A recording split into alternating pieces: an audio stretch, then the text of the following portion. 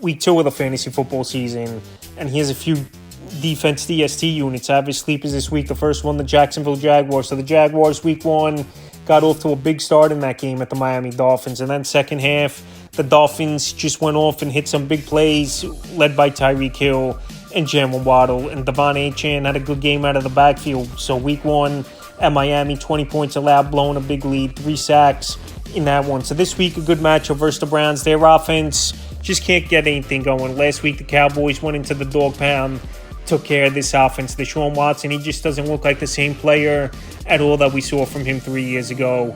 Was Watson before off the field stuff, and obviously injury last season kept him out. So I think Watson, it looks like he might be washed and his best days are behind him. And this Jacksonville Jaguar team, after blowing a lead last week, this defense wants to go out there and set the tone early and hold on to the lead versus the Cleveland Browns in their home opener. So I think after coming off a bad week last week, this Jaguar team versus a pretty bad offense in terms of moving the football and being consistent with Watson on the center, could go out there and make some plays. Because I know they got Amari Cooper. I know Jerry Jeudy found the end zone last week, got Jerome Ford.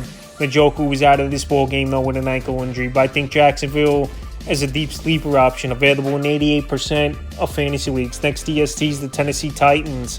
So I know people are probably thinking it's not the same old Jets. Zach Wilson's not the quarterback or whatever backup, and Aaron Rodgers is the quarterback for this Jet team. But last week we saw Caleb Williams have a tough time versus Tennessee Titan defense, where they only gave up 18 points, 2 sacks in that one, and a fumble recovery. I know it wasn't a monster score for them in terms of fantasy football, but it wouldn't be surprising with the Jets going over there to Tennessee and just being overconfident and coming out flat, and the Titans making a few plays. And the other thing with Rodgers at 40 years old and coming off the Achilles injury, the mobility isn't going to be there like it once was.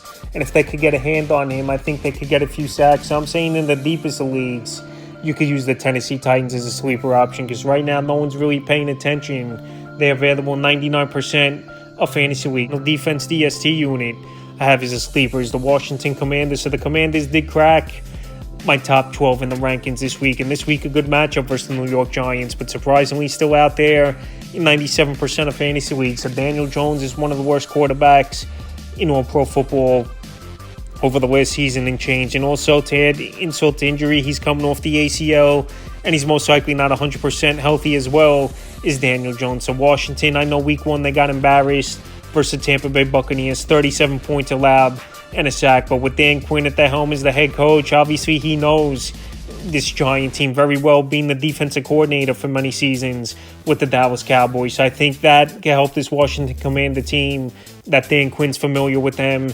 And also as well, Daniel Jones, he's just not a good quarterback. So I think Washington is a solid sleeper option this week. So that's a few defense DST units I have as sleepers for week 2 of the fantasy football season.